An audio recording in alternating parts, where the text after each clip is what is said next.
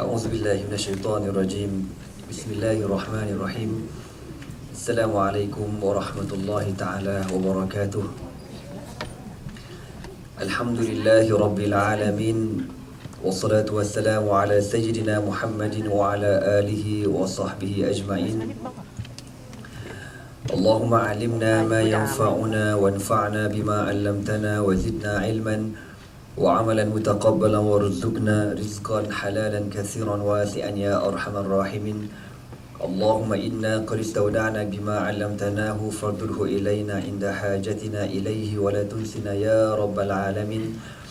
اللهم أخرجنا من ظلمات الجهل وأكرمنا بنور العلم وأحسن أخلاقنا بنور الحلم. وصلى الله على سيدنا محمد وعلى آله وصحبه وبارك وسلم. أما بعد.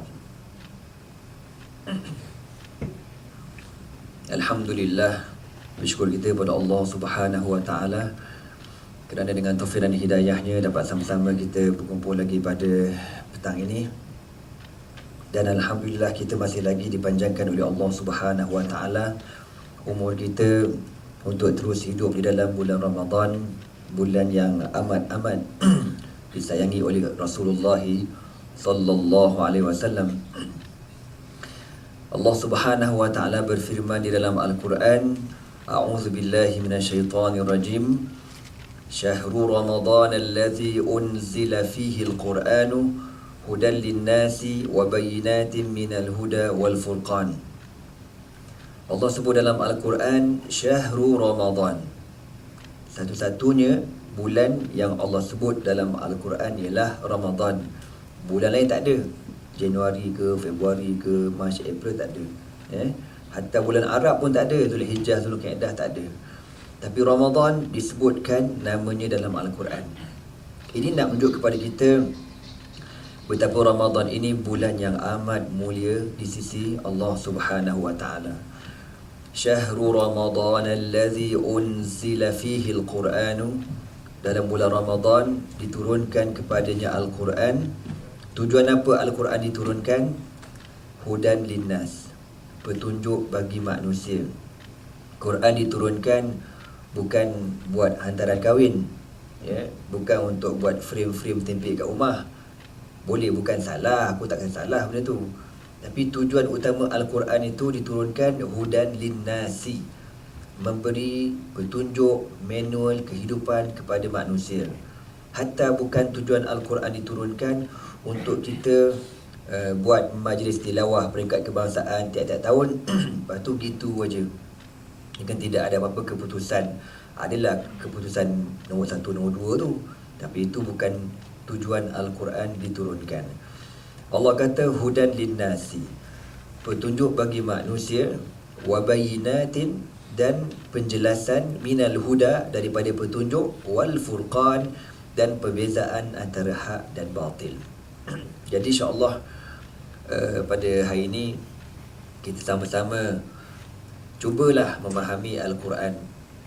Rugilah hidup kita ni kalau daripada kita balik sampailah kita nak dekat mati, kita tak pernah berusaha nak memahami Al-Quran. Rugi sangat. Benda lain kau boleh fikir, kan? Repair komputer, hok pelik-pelik, program hok pening-pening, virus berontok tak berontok, tak ada tidak, entah dah canggih lah sekarang ni kan.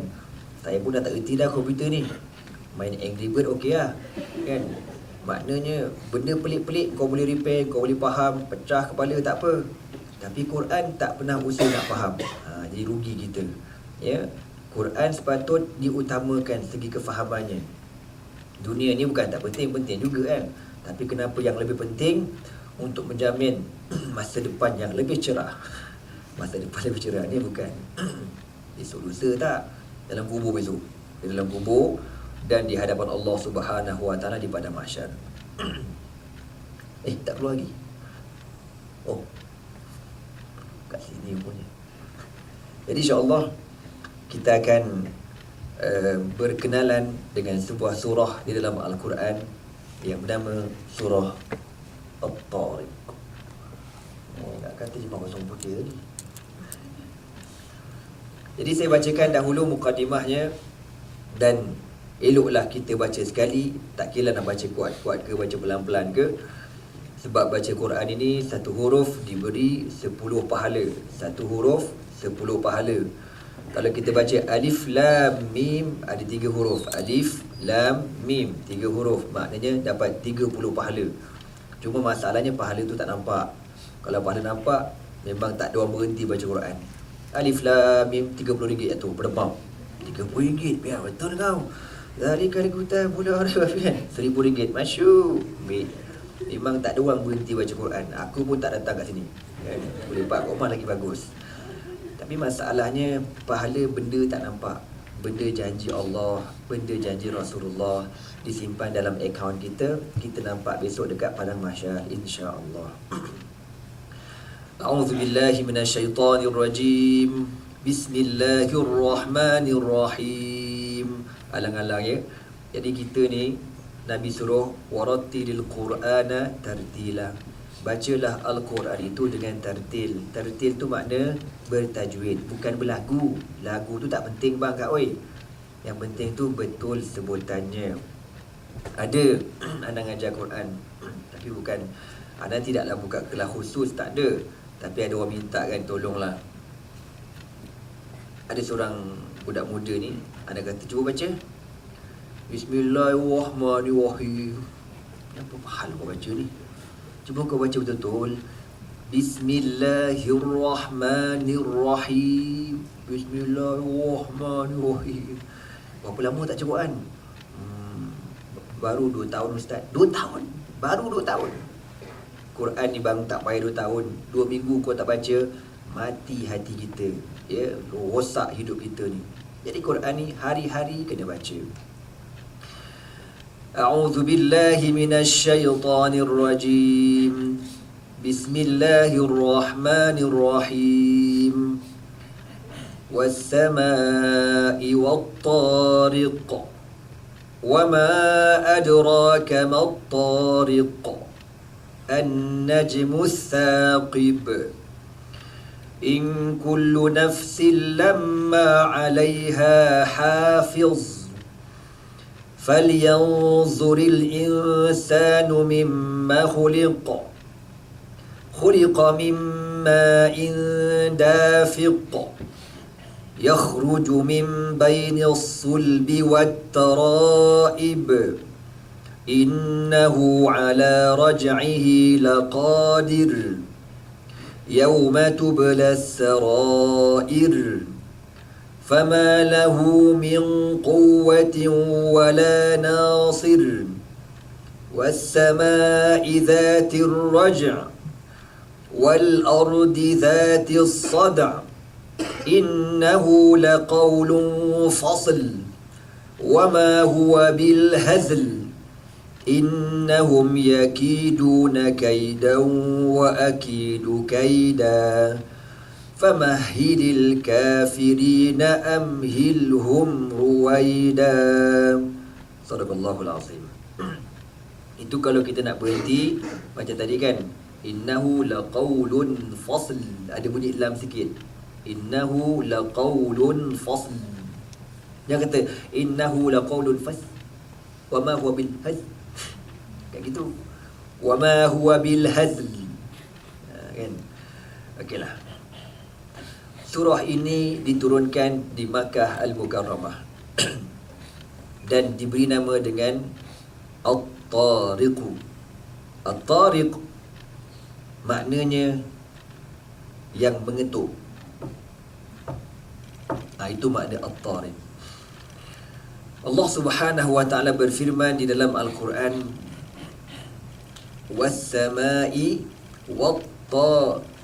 Was-samai wat-tariqi, demi langit dan demi bintang At-Tariq. Dalam Al-Quran, kalau kita jumpa mukadimah surah dimulakan dengan waw. Waw ini, waw tu itu dengan makna waw sumpah, demi. Mana-manalah kalau kita jumpa. Contoh, wal apa? Wal asri, kan? Demi waktu asar. Wad duha, wal laili idza saja, Ya. Wattini wazzaituni. Lagi wal fajri walayalin ashr. Jadi wasyamsi waduhaha wal adiyati dhabha kan. Kesemua waw ini memberi makna demi, sumpah. Apa hukum bersumpah dengan makhluk? Hukumnya haram, tak boleh, kecuali bagi Allah Subhanahu wa taala sahaja. Allah boleh bersumpah dengan makhluk dengan sebab dia pencipta makhluk. Kita manusia biasa tak boleh bersumpah dengan makhluk, hukumnya haram. Contoh kita kata demi mesin niaga, contoh, tak boleh, berdosa. Kan? Kita nak lawan dalam Quran ada watini wazaitun, demi buah tin, demi buah zaitun. Kita pun lawan demi buah durian musangking. Contoh kan. Belah. Macam mana kelas durian kita, buah kita ni, tak ada ni Allah sebut dalam Al-Quran. Jadi kita ni haram bersumpah dengan makhluk. Nabi kata man kana yahlif falyahlif billahi. Barang siapa yang bersumpah, mestilah bersumpah dengan nama Allah. Walaupun begitu, kita tidak digalakkan bersumpah dengan nama Allah. Bukan tak digalak macam mana, tak di nak cerita jangan suka bersumpah lah begitu, bimbang jadi sesumpah nanti. Ya, tak elok bersumpah ni sebenarnya. Allah kata dalam Al-Quran, wala tuti' kulla halafin. Jangan kau dengar cakap orang yang banyak bersumpah. Orang yang suka bersumpah ni orang yang tak ada akhlak, tak elok. Al-Imam Syafi'i radhiyallahu ta'ala kata, aku sepanjang hidup aku tak pernah aku bersumpah dengan nama Allah kerana menghormati nama Allah Subhanahu wa ta'ala. Jadi bila Allah Subhanahu wa ta'ala bersumpah dengan makhluk ciptaannya, was-samai, demi langit. Nak cakap, nak khabar ke kita, langit ini satu ciptaan yang amat canggih. Macam mana manusia hebat, dia takkan boleh cipta langit. Jepun, dia tak boleh cipta langit. Dia boleh cipta Ultraman je, raksasa, itu je kan. Langit dia tak boleh buat. Dia tak boleh buat sebab langit ni canggih, amat-amat sangat canggih. Ya, maka Allah Ta'ala bersumpah dengan makhluknya yang bernama As-Sama, langit. Langit ni kalau kita tengok, kita boleh tenang hati kita. Ya, dia punya lukisan berubah-ubah. Kejap macam ni, awan kejap macam ni, kejap macam ni. Melekakan, cantik langit ini. Maka Allah bersumpah dengan makhluk yang hebat ini, was-samai, demi langit, wat-tariqi, demi at-tariq. Apa benda tariq ni? Allah Ta'ala pun cerita, wa ma adraka mat-tariqu. Kamu tahu tak wahai Muhammad, apakah dia at-tariq? Ini dipanggil Al-Quran mentafsirkan Al-Quran. Ya, kadang-kadang Al-Quran ini ditafsirkan oleh hadis Nabi sallallahu alaihi wasallam. Contoh ya. Contoh ayat Al-Quran yang ditafsirkan oleh hadis Rasulullah sallallahu alaihi wasallam. Seperti Allah berfirman, hafizu 'ala salawati was-salatil wusta. Peliharalah sembahyang-sembahyang dan juga salatil wusta, sembahyang pertengahan. Jadi apa benda sembahyang pertengahan? Ulama cek dalam Quran tak jumpa. Jumpa dalam hadis. Ada riwayat yang mengatakan makna sembahyang pertengahan ini ialah sembahyang asar. Sebab waktu asar ni orang leka, lalai, ngantuk, poyo, nak balik kerja, berebut, tak apa-apalah lagi waktu asar. Jadi salatul wusta ini ditafsirkan oleh hadis Nabi dengan makna sembahyang asar. Itu dipanggil Al-Quran ditafsirkan oleh hadis. Yang keduanya, Al-Quran ditafsirkan oleh Al-Quran sendiri. Contoh macam ayat ni, wa ma adraka mat-tariqu. Kamu tahu tak wahai Muhammad, apa dia at-tariq? Ayat yang sama juga kalau kita kata, kita kata al-qari'atu mal-qari'atu wa ma adraka mal-qari'ah. Kan? Qari'ah, mal-qari'ah, apa dia al-qari'ah? Wa ma adraka mal-qari'ah. Kau tahu tak wahai Muhammad, apa dia al-qari'ah? Allah pun tafsirkan, yauma yakunun nasu apa? Kal ihnil manfush. Yauma yakunun nas kal farashil mabthus. Korang ni itu pun tak hafal melampau betul lah. Yauma yakunun nasu kal farashil mabthuth. Allah tafsirkan makna Al-Qari'ah, hari yang manusia ini seperti debu-debu, seperti rama-rama yang berterbangan. Ya, manusia ni berterbangan macam rama-rama. Hari itu bila? Itu hari akhirat. Manusia tak tahu kepala ekor, depan ke belakang, ke kanan ke kiri, bersepah macam rama-rama yang berterbangan. Okey. Dalam ayat ni Allah tafsirkan, wa ma adraka ma at-tariqu. Apakah dia at-tariqu? An-najmu as-saqibu, sejenis bintang yang bergemerlapan, bercahaya. Kat sini terjemah apa? Menembusi sinaran cahayanya. Okey. Beberapa tahun dulu di Amerika, masa tu saya belajar di Al-Azhar lah, ada seorang pakar astronomi bernama Dr. Adnan Zaghlul. Dia ni memang pakar astronomi daripada Mesir dan dipinjamkan ke NASA. Diorang buat kajian tentang cakrawala ni dah lamalah, bertahun-tahun. Dan diorang tengah M1 bintang yang kedudukannya tak tahulah berapa tahun, berapa ribu tahun cahaya, dengan menggunakan teleskop yang canggih tu. Betul lah teleskop kan? Bukan serkup atas kepala tu. Ya, teleskop yang canggih. Dan teleskop ini dia boleh merakam kedudukan bintang dan juga merakam bunyi yang terhasil daripada bintang-bintang tu. Lalu Dr. Adnan Zaghlul cerita, satu malam setelah beberapa tahun kami perhati satu bintang yang bercahaya, ya. Tiba-tiba dalam studio tu diorang dengar bunyi. Bintang tu ada bunyi. Bunyinya seperti sebiji bunyi macam orang ketuk. Maka seluruh yang ada dalam studio melaungkan takbir, Allahu Akbar. Kenapa? Baru terbukti kebenaran mukjizat Al-Quran bila Allah namakan bintang yang bergemerlapan ini dengan nama At-Tariq. Ada terjemah tak kata Tariq mana apa? Tak ada kan? Tak ada. At-Tariq dalam bahasa Arab dengan mana orang yang mengetuk.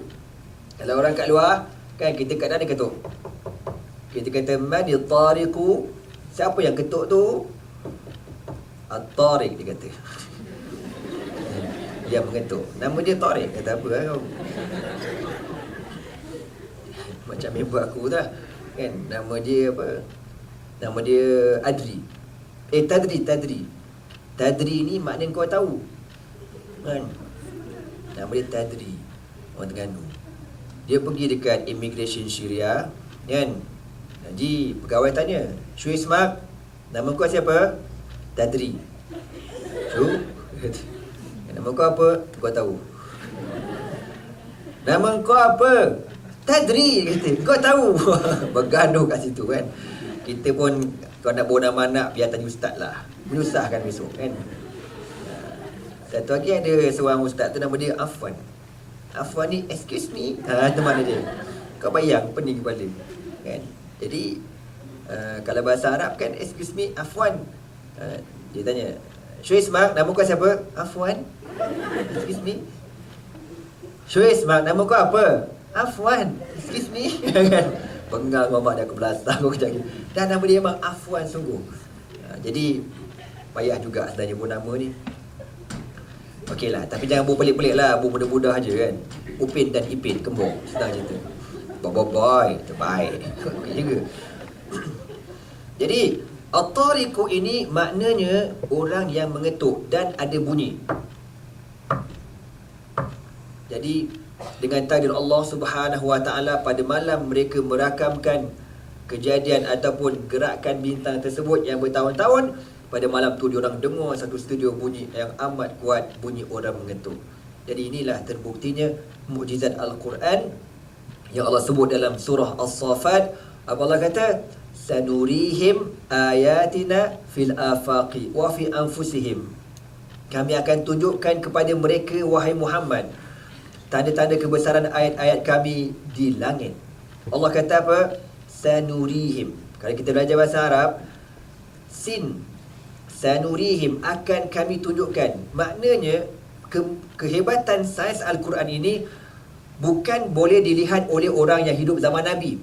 Nabi pun tak tahu. Abu Jahal, Abu Lahab, Labu Labi and the gang ni haram, semua tak faham mereka tentang cakrawala lah, apa-apa semua kan. Dia tak tahu. Apa di wasama izatil buruj, dia tak tahu. Apa di wasama iwatariki, dia tak tahu. Ya, Allah Taala kata apa? Dalam surah Yasin apa? Wasyamsu tajri limustaqarrin laha, zalika taqdirul azizil alim. Dan matahari berpusing di orbitnya. Orang kata penatang apa orbit ni? Dia tak faham. Lalu Allah kata dalam Al-Quran, sanurihim, akan kami tunjukkan kepada mereka. Bukan kamu. Kalau kamu ni orang zaman Nabi, tapi mereka bila future akan datang, orang zaman sekarang, kita ni, ya, melalui alat-alat yang canggih, Allah kata apa? Kami akan tunjukkan kepada mereka. Maknanya bukan orang zaman Nabi, orang lepas Nabi, ayatina fil afaqi, tanda-tanda kehebatan kebesaran kami di langit. Wa fi anfusihim, begitu juga dalam tubuh badan kamu, kan? Zaman Nabi orang tak tahu apa benda dekat badan ni, tak ada. Dia tahu nampak boroi, gemuk, lemak, betul lah kan, kurus kering, tu je. Lebih tak tahu. Dia tak tahu apa fungsi kulit, tak tahu. Tiba-tiba bila Allah Ta'ala sebut dalam Al-Quran, kullama nadijat juluduhum badalnahum juludan ghairaha liyazuqul azab. Ahli neraka ni setiap kali masak kulit dia, kami siat, kami tukar kulit lain. Kami siat, kami tukar kulit lain. Masak lagi, aku siat, aku tukar kulit lain. Kenapa? Allah kata liyazuqul azab, untuk mereka merasai betapa dahsyatnya azab. Kenapa dia tak kata kullama nadijat luhumuhum, setiap kali masak daging mereka, kami tukar daging yang lain. Setiap kali masak urat mereka, setiap kali masak apa-apa je lah, kan? Tapi Allah kata kullama nadijat juluduhum. Lalu dia orang pun buat kajian, rupa-rupanya dalam badan manusia yang paling sensitif ialah kulit, kan? Apa-apa hal pun nak meremang, macam tu, kulit dulu, kan? Orang baru kahwin steam, kulit dulu, kan? Dah lama pun tak rasa benda, kulit juga, kan? Dah season, gerak tak rasa benda, dah mati lah, sel-sel semua dah mati. Masa mula kahwin pegang sikit, macam tu. Lama-lama lantak kau le, kan? Ni apa ni? Belaga tumit pemalaman ni apa ni? Apa ni? Apa dia panggil? Tempurung kelapa apa? Tempurung kelapa, kau bayang. Jadi anak nak sebutnya kulit ni sensitif. Zaman Nabi orang tak faham, zaman Nabi orang tak tahu. Orang boleh tahu zaman sekarang bila ada kajian. Wa ma adraka mat-tariku, adakah kau tahu wahai Muhammad apa dia at-tariku? An-najmu as-saqibu, bintang yang bergemerlapan sinar cahayanya. Habis. In kullu nafsin lamma 'alaiha hafizun. Dalam bahasa Arab ni dia ada huruf-huruf yang ditambah untuk menguatkan cerita. Contoh macam in. Dia asalnya inna, tapi dibuang sabdu jadi in. Ini semua kena belajar grammar, panjang cerita lah. In kullu nafsin, setiap diri manusia, lama 'alaiha hafiz, ada padanya yang menjaga. Hafiz, yang memelihara, yang menjaga, yang memerhati. Dalam Al-Quran sebut, wa ma talfizu min qawlin illa ladaihi raqibun wa atidun. Dan tidak ada sepatah kalimah yang kamu tuturkan kecuali akan ditulis, diperhatikan oleh raqibun wa atid, dua orang malaikat yang Allah tugaskan menjaga manusia. Itu makna hafiz. Ia bukan penjaga tu makna saka ke hantu raya ke, bukan. Hafiz ini ialah raqibun wa atid. Ulama sebut dua orang malaikat ini sentiasa ada dengan kita ni. Dalam majlis ni dia ada, dia tulis markah penuh ni, duduk kuliah. Tidur pun tak apa, penuh juga markah. Yang penting kau duduk, kan? Duduk dengar, kan? Serius aku cakap, tapi jangan tidur, kan? Tapi kalau tidur dapat pahala juga, kan? Daripada kau lepak melangut merapu kat luar tu, kan? Kau duduk dalam majlis ilmu, dapat pahala. Kemudian ada malaikat Atid. Atid relax lah, relax, very cool, relax. Pasal kita tak buat maksiat. Tapi kalau kita duduk dalam majlis ni, tengok awet sebelah, lawa pula awet ni, kan? Dapat juga dosa, kan? Jadi Raqibun wa Atid ini sentiasa dengan kita kecuali dalam dua keadaan. Pertama dalam bilik air, Dia tak skodeng.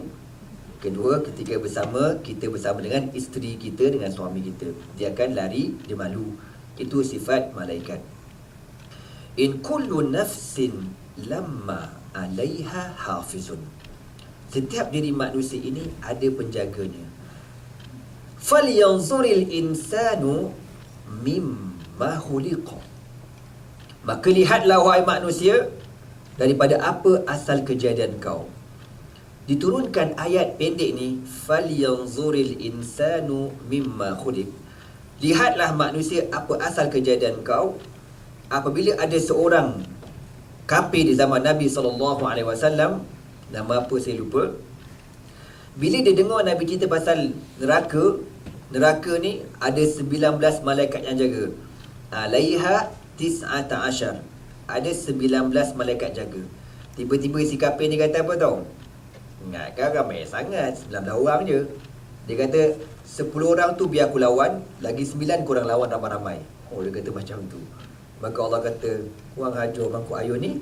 Allah tak kata macam tu lah, tu aku tambah. Ya. Allah kata, falyanzuril insanu mimma khuliq. Cuba kau perhati, kau tengok kau tu asal kau apa. Apa asal kejadian kau, cuba kau perhati balik.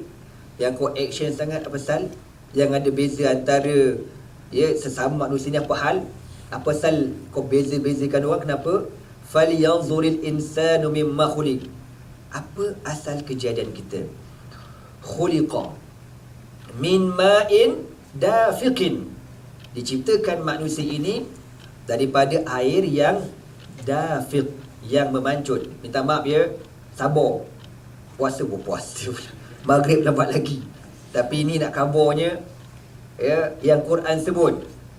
Ciptaan kita di bawah kakak oi takkan berlaku kalau melalui air meleleh. Meleleh tak jadi. Dia nak syum. Macam tu baru jadi. Dia tak ada macam elevasi. Tak ada gitu. Min ma'in dafiq. Itu sifatnya. Air mani lah. Payah sangat nak faham. Yakhruju. Keluar kat mana air ni? Kat Batu Kep ke? Ulu Yam ke? Yakhruju min baini sulbi wat taraibi. Tengok Allah detailkan canggihnya Quran. Dan betul lah Allah yang menciptakan kita ni kan. Tapi ini untuk apa kita baca Quran ni? Untuk bertambah lagi keimanan kita, biar faham reti-reti semua. Jangan melawan Allah. Allah detailkan air tu keluar kat mana. Kalau daripada lelaki, yakhruju min baini sulbi, keluar daripada tulang sulbi. Tulang sulbi ni duduk kat belakang kat pinggang. Dipanggil ajbuz zanab. Ajbuz zanab ni tulang yang kecil, kat situ keluarnya. Macam mana lebih detail aku tak tahulah, aku bukan doktor. Tapi di situ puncanya. Kalau kita tengok kat tulang belakang itu kan ada macam ekor sikit tu. Cotek tu kan. Itulah yang Nabi kata, besok kalau kita mati, semua tulang-tulang akan hancur kecuali tulang yang hujung bawah tu. Dia panggil apa? Ajbuz zanabi, hujung ekor. Yang tu takkan hancur sampai hari kiamat. Semua tulang hancur, tulang kerangka, tengkorak kering, semua-semua kan hancur belaka, yang tu tak. Bila Allah nak hidupkan kita semula kat padang mahsyar, Allah Ta'ala akan turunkan hujan daripada langit. Hujan ini berupa air mani orang lelaki, turun dengan lebat dan kena dekat tulang ajbuz zanab ini. Bila kena, dia akan melahirkan tuan dia. Siapa tuan dia? Kalau saya lah. Kalau akak lah. Kalau abang lah. Semua akan keluar semula di hadapan Allah Subhanahu wa Ta'ala. Khuliqa min ma'in dafiqin. Diciptakan manusia daripada air yang memancut. Yakhruju, yang air ini keluar, min baini sulbi, antara tulang sulbi, wat taraibi, dan taraib. Ada tafsir tak cik lah kau tahu kan. Benda taraib, dia kata apa itu? Baru nak kamu, tapi dah terjemah mana cik kan. Orang perempuan pun tak tahu kan, air mani dia keluar kat mana. Ni, at-taraib, tulang dada. Ini yang Allah sebut ya. Di situlah keluarnya. Yakhruju min baini sulbi wat taraibi. Ini sains Al-Quran. Kakak tak percaya, balik jumpa doktor, X-ray. Betul ke tidak ni? Kan? Cek. Tapi kalau tak percaya Quran, hukumnya kap alif para. Kalif para tu bukan kapar. Kapar dekat Meru. Kapi. Yakhruju min baini sulbi wat taraib. Innahu ala raj'ihi laqadirun. Dan sesungguhnya Allah Subhanahu wa taala ala raj'ihi, untuk mengembalikan balik manusia selepas mati, laqadirun, maha berkuasa. Kita kalau baca Al-Quran jumpa perkataan yang seperti ini. Innahu, tengok innahu ala raj'ihi laqadirun. Ada lam dekat qadir. Laqadirun. Itu maknanya yang amat kuat. Kalau Allah nak kata innahu ala raj'ihi qadirun, boleh, tak ada masalah. Tapi bila dia letakkan lam laqadirun, itu maknanya amat kuat. Saya ambil contoh beberapa ayat Quran yang lain yang Allah sebutkan mula ada inna, lepas tu ada lam. Bang boleh pindah kejap tak bang? Surah Wal Adiyat Dhabha. Oh kantoi. Al Adiyat. Adiyat, kuda yang berlari. Kejap kita pindah ke surah lain nak tengok contoh. Kau macam kau ni. Banyaknya surah. Penimpa aku. Dia dekat tu je, Al Adiyat. Mana? 100. Canggih korang ni. Makna korang biasa baca Quran ni. Ya, kan korang baca majalah mangga.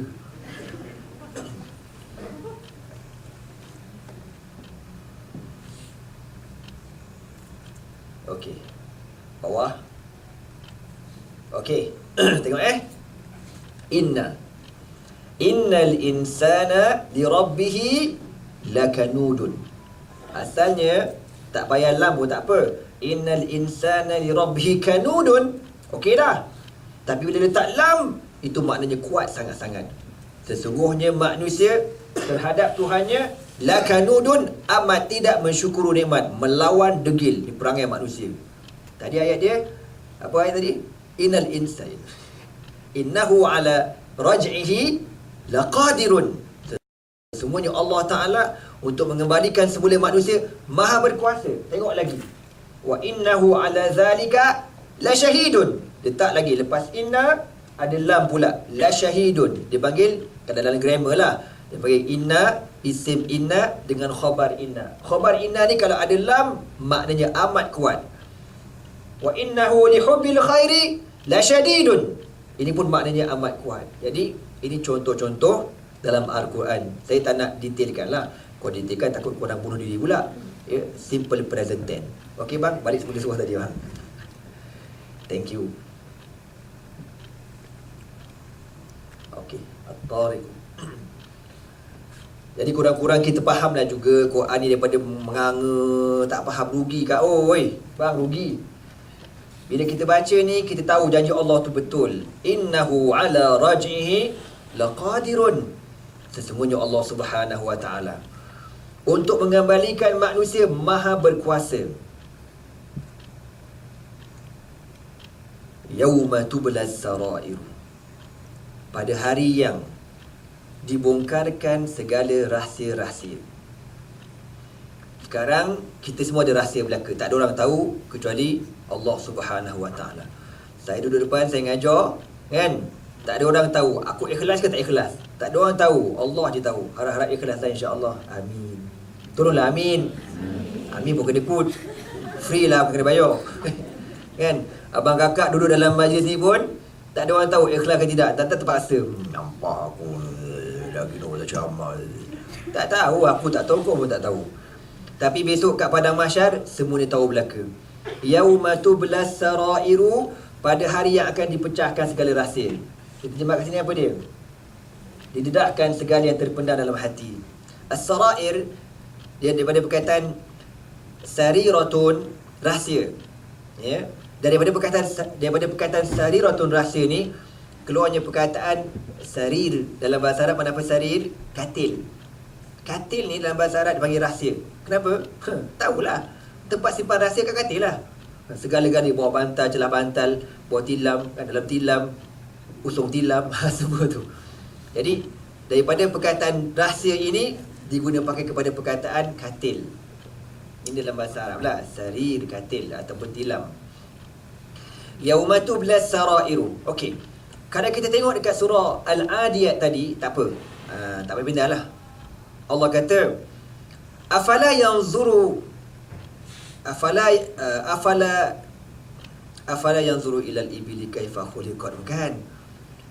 Apa?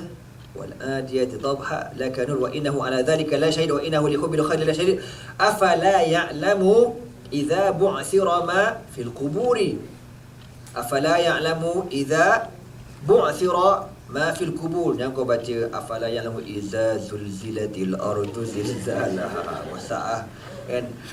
Adakah kamu tak tahu ketika satu hari nanti dibongkar kubur, wa husila ma fis suduri, dan didedahkan segala rahsia-rahsia. Sama juga dalam surah Adiyat pun cerita pecah rahsia.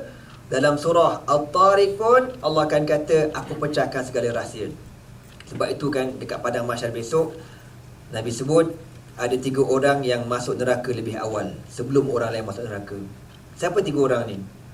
Yang pertama, Nabi kata qari'ul Quran, orang yang belajar, mengajar, hafal Al-Quran.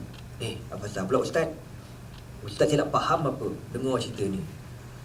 Dibangkitkan orang ni di hadapan Allah. Lalu Allah tanya, lima qara'tal Qur'ana, kenapa kau baca Al-Quran? Lelaki ni kata, qara'tul Qur'ana min ajlika, aku baca Quran kerana engkau ya Allah. Tiba-tiba Allah kata apa ke dia? Kazzabta, kau bohong. Kau bohong, Allah kata. Walakin liyuqala innaka qari'un, tapi kau baca Quran atas dunia supaya orang puji, orang kata bacaan kau sedap. Masuk neraka orang macam ni. Lepas tu kita kena ingat, kalau kita ada anak-anak hantar masuk mahat tahfiz, kita hantar tu hanya kerana Allah, tu je. Jangan lebih niat tu. Hanya kerana Allah. Lepas tu bolehlah dia ngajar adik-adik, mak bapak dia, dah cukup. Jangan awal-awal kata, anak kau ngapal kau anak ya, nanti kalau ada pertandingan Quran peringkat daerah kau boleh masuk. Kalau kau menang daerah, mak pun seronok. Kita boleh masuk peringkat negeri pula, kan? Menang kat Selangor, kita masuk peringkat kebangsaan nak, kan? Lepas tu kebangsaan pun kau menang, nanti kau boleh lawan peringkat antarabangsa nak. Masyur. Mak tu kata, hukumnya apa? Berdosa, haram. Belajar Al-Quran untuk mendapatkan kekayaan, hukumnya dilaknat, berdosa, haram, tak boleh. Quran bukan nak diniagakan, tapi korang jangan tak faham-faham. Bukan bermakna orang yang mengajar Quran kau tak payah bagi apa-apa ke dia, kan? Ustaz tu datang lah mengajar Quran, kan, 8 jam mengajar, kan? Lepas tu buat dia, kan? Itu Ustaz kata ikhlas. Kau ingat Ustaz pakai friskies apa? Friskies pun mahal, kau tahu tak? Kan? Itu kau faham-faham sendirilah. Tapi tak boleh niat asal-asal saja aku ngaji Quran, aku belajar Quran untuk aku masuk pertandingan, hukumnya berdosa, tak boleh. Haram. Sebab tu Allah kata, kazab, kau bohong. Kau mengaji dulu supaya orang puji bacaan kau betul, hebat. Lalu diseret masuk neraka orang ni. Dibangkitkan pula orang yang kedua, alimun, orang yang alim. Lalu Allah Ta'ala tanya, lima ta'allamtal ilma, kenapa masa kau hidup dulu kau belajar agama? Lalu lelaki ni kata, aku belajar kerana engkau ya Allah. Tiba-tiba Allah kata apa? Kazzabta, kau bohong. Walakin yuqala innaka alimun, kau belajar supaya orang puji kau orang alim. Lalu diheret, dihumbankan masuk neraka. Na'udzubillah min zalik. Sebab tu macam tadi juga, kalau kita ada anak-anak ngaji Quran pula, hantar sekolah agama, jangan kau menggatal-gatal kata nak kau belajar gaji-gajinya, besok lepas habis apa, stamp sijil tinggi agama, stamp, kan? Aku tak kerti benda ni macam ni, aku SPM pun tak ada, kan? Jadi kau belajar apa-apa nanti kau boleh Al-Azhar, kau boleh pergi Syria, kau pergi Jordan, kau buat masters, kau buat PhD, kan? Manalah tahu besok-besok kau jadi menteri agama. Mak kata macam tu. Elok benar lah tu. Ya, kalau kita niat nak belajar agama untuk menjadi menteri bidang agama, haram hukumnya. Hatta niat kau belajar laya, besok nanti kalau matilah mufti Selangor, kau boleh ganti dia. Haram hukumnya, tak boleh. Tak boleh. Sebab kita belajar agama hanya kerana Allah. Sebab tu abang kakak ya, orang ngaji agama dia punya beban teramat berat. Silap sikit je. Contoh saya tak kata ke sesiapa, kau jangan bahas hati lah dengan aku. Ni bulan puasa, tahu tak? Jangan puas hati. Contoh, mungkin ada kot di kalangan kita belajar BA kan, belajar dapat BA. Okey, BA gaji berapa? Ha? Berapa gaji BA? Jangan tak tahu, malulah aku. Bobol lah 1,500 lah, aku tak tahu, aku bobol 1,500 kan. Lepas tu kata, kau kena sama belajar ni master, nanti markup gaji kau dapat 2,500 ke kan. Contohlah. Okeylah, kita pun belajar bidang kita lah, bidang apa, komputer ke, matematik ke, sains ke, BA Honors, Masters, Science Politics. Bila dia tengok master ni mesti markup punya harga, kau tahu tak? Kan? Lepas tu kau ada pula PhD, lagi markup harga. Oh, itu tujuan kau ngaji agama. Orang macam ni Allah kata apa? Pergi ke neraka jahanam. Yang main-main. Lepas tu ngaji agama benda berat. Tapi macam tadi jugalah, kita kena faham kan. Bukanlah masa ngaji agama tak makan ikhlas. Takkan makan rumput agak-agak kan. Nak kabarnya. Tapi dia kena ingat, tujuan dia belajar bukan kerana duit. Bukan kerana duit. Haram hukumnya, berdosa. Sebab tu kan, kalau orang berniaga, dia boleh cakap ke kawan dia, kau niaga macam mana? Bulan ni macam mana? Oh, okey, untung masyuk kan. Kau macam mana? Bagus. Orang ngaji agama boleh cakap macam tu? Kau mengajar macam sekarang banyak suara panggil kau masyuk kau balik kepala kau main kerupuk ni betul tak? Kau jangan main-main tak boleh, na'udzubillah. Lalu orang yang mengaji agama bukan kerana Allah ini dihumbankan dalam neraka.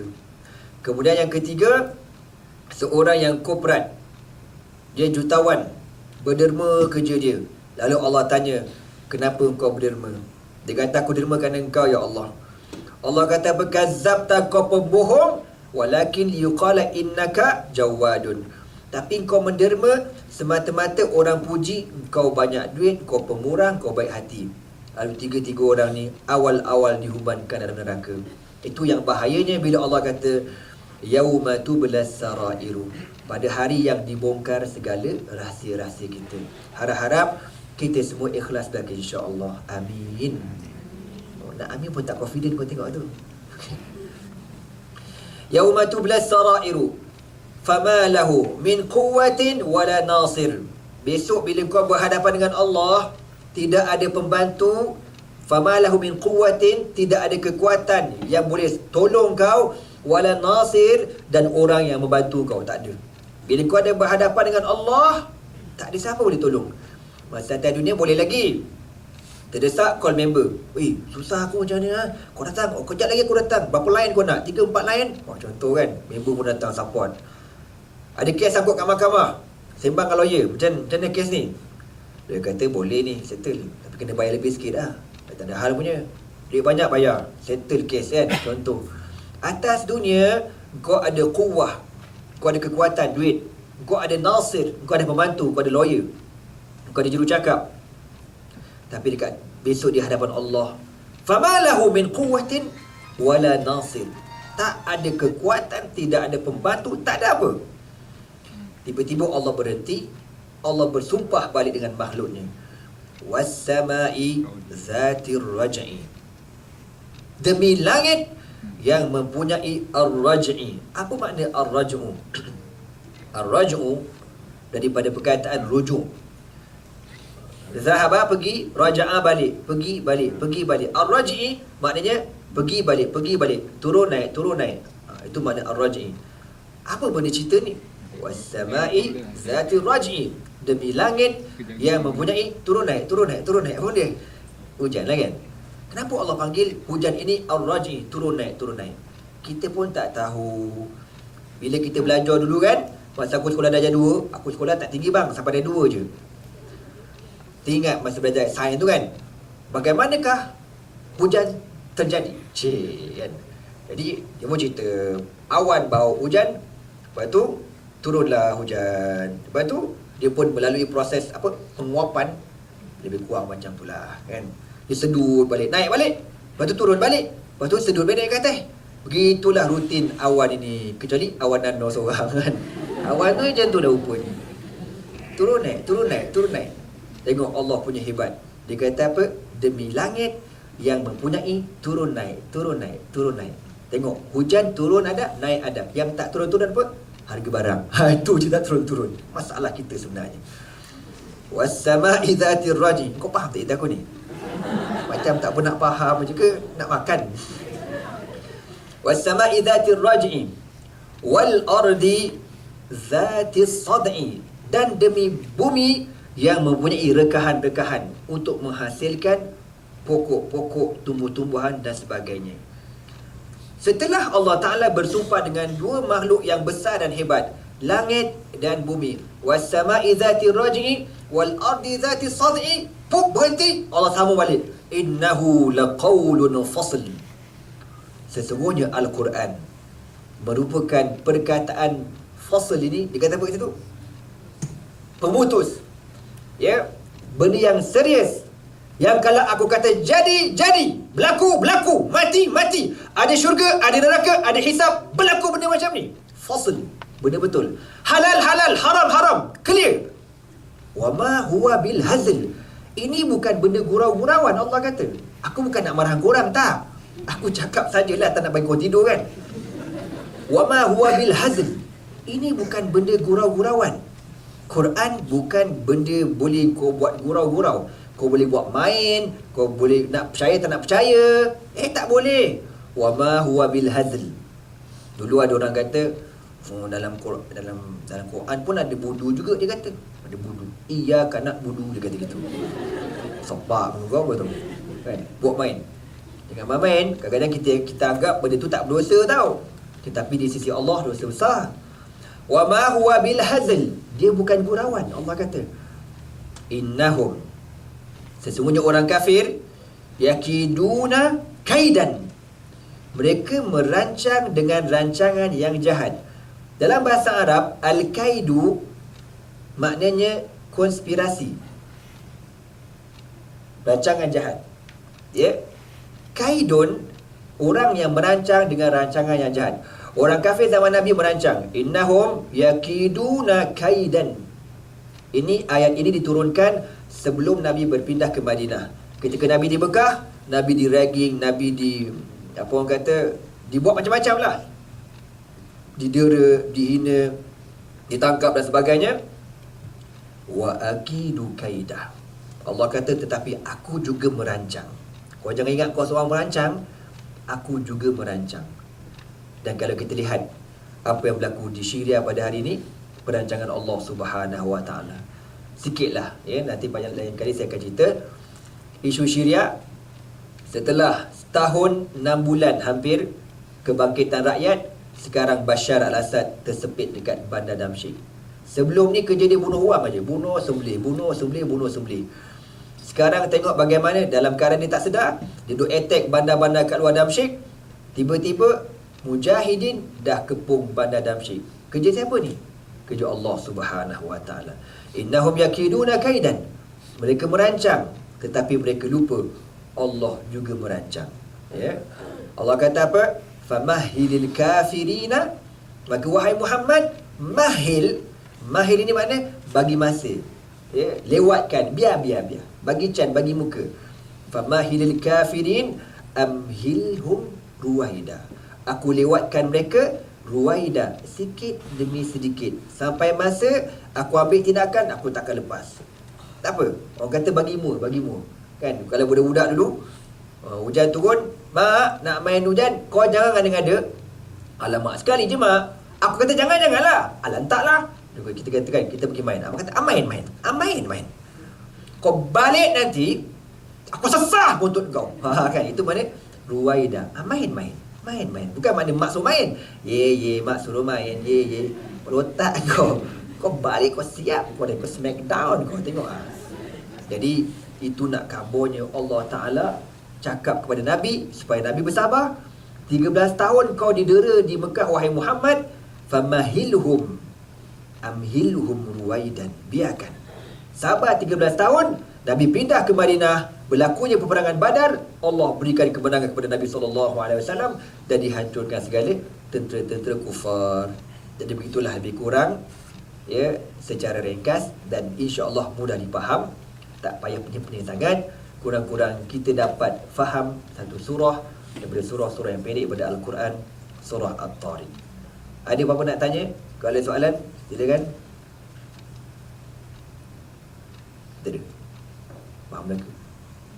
takut nak tanya tu.